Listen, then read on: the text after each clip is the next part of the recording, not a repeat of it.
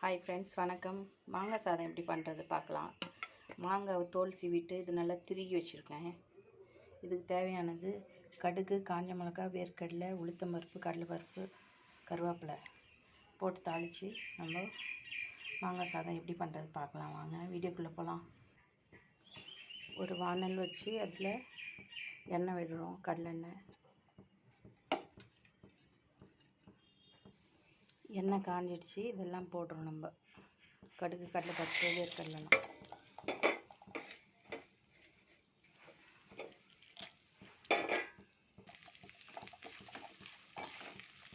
பாருங்கள். இந்த வேர்க்கடலை, கடலைப்பருப்பு, உளுத்தம்பருப்புலாம் போட்டோம்னா சாப்பிட்றதுக்கு நல்லாயிருக்கும். மாங்காய் சாதத்தோடு சாப்பிட எல்லாம் நல்லா பொரியுது. துருவி வச்ச மாங்காய் போட்டுக்கலாம். கொஞ்சம் மஞ்சள் பொடி போட்டுக்கலாம். அதுக்கு மாங்காய்க்கு தேவையான உப்பு போட்டுரும். மாங்காய் நல்லா வதங்கிடுச்சு. இதில் கொத்தமல்லி போட்டுட்டு ஆஃப் பண்ணிவிட்டு சாதம் போட்டு கலரணும். வடித்து வச்ச சாதம் இருக்குது, ஆறி வச்சுருக்கு. அது இதில் போட்டு கலரிடலாம்.